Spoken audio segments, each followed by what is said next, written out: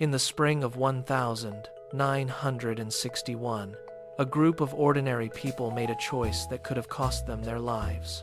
They boarded buses in Washington, D.C., with a simple yet dangerous goal: to challenge segregation in the American South. These were the Freedom Riders. Their mission was not just about bus seats. It was about proving that a Supreme Court ruling meant nothing if the law was not enforced. They were ready to risk everything for a promise of equality. To understand their courage, we must look at the law. Two landmark cases, Morgan v. Virginia and Boynton v. Virginia, had already declared segregation on interstate buses and terminals unconstitutional. But in the South, laws on paper were ignored by local officials and violent mobs. Imagine the scene. Black and white activists sitting side by side, entering forbidden waiting rooms, and demanding the rights promised to every American citizen. The law said they were free, but reality told a different story. The Congress of Racial Equality, or CORE, decided it was time for a test. They trained in nonviolence, preparing for the absolute worst. The atmosphere was heavy. Some activists even wrote their last wills and testaments before departing. On May 4, 1961, 13 activists boarded buses heading toward New Orleans. Among them was a young, determined John Lewis. As they traveled deeper into the heart of Alabama, the air grew thick with hostility, and the atmosphere turned deadly. On Mother's Day, a Greyhound bus reached Anniston. A mob surrounded the vehicle, slashing tires and smashing windows with iron bars. Then, the unthinkable happened. They threw a firebomb inside. As smoke and flames engulfed the bus, the riders were forced to escape into a waiting crowd of attackers. The world watched in horror. In Birmingham, another group faced a mob armed with baseball bats and chains. Local police stood by, intentionally allowing the violence to continue. The attackers believed that terror would silence the movement. They thought they could break the spirit of justice with blood and fire, but they were wrong. The brutality exposed on national television forced the federal government to finally confront a harsh, undeniable reality. The Freedom Riders had expected resistance, but they discovered that their greatest challenge was also their path to victory.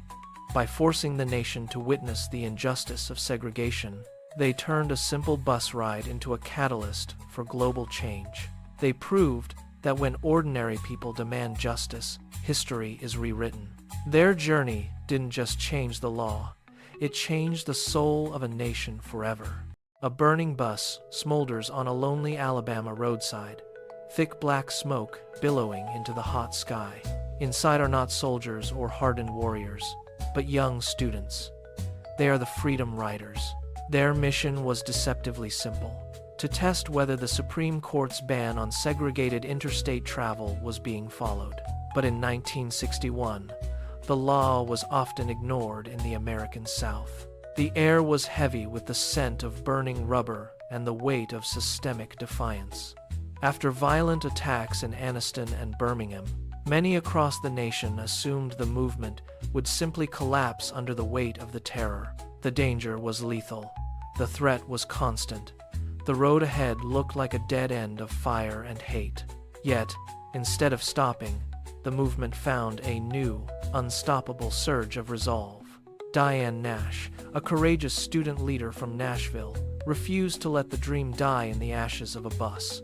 She argued with fierce clarity that if violence was allowed to stop the march for justice, then intimidation would win forever.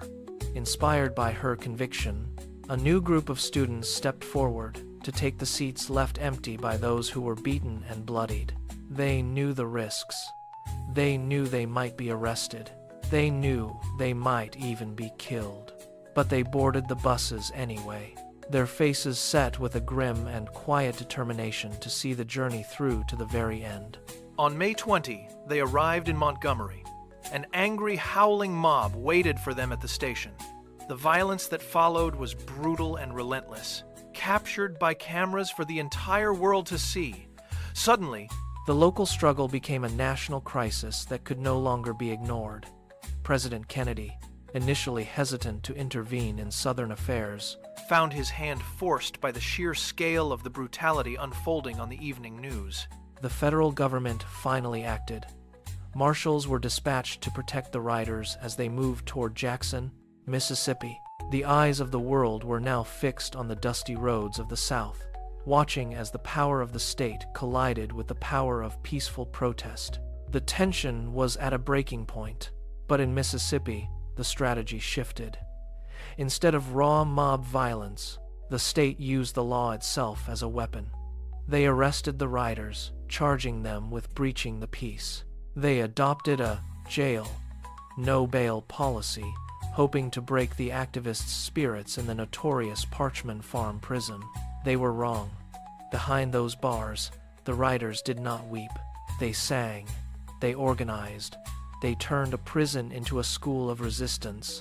They proved that while their bodies could be confined, their demand for equality remained unshackled. Every song sung behind a cell door was a hammer blow against the walls of segregation, proving that the spirit of the movement was far stronger than the iron of the state. The pressure mounted until the Interstate Commerce Commission finally issued a mandate.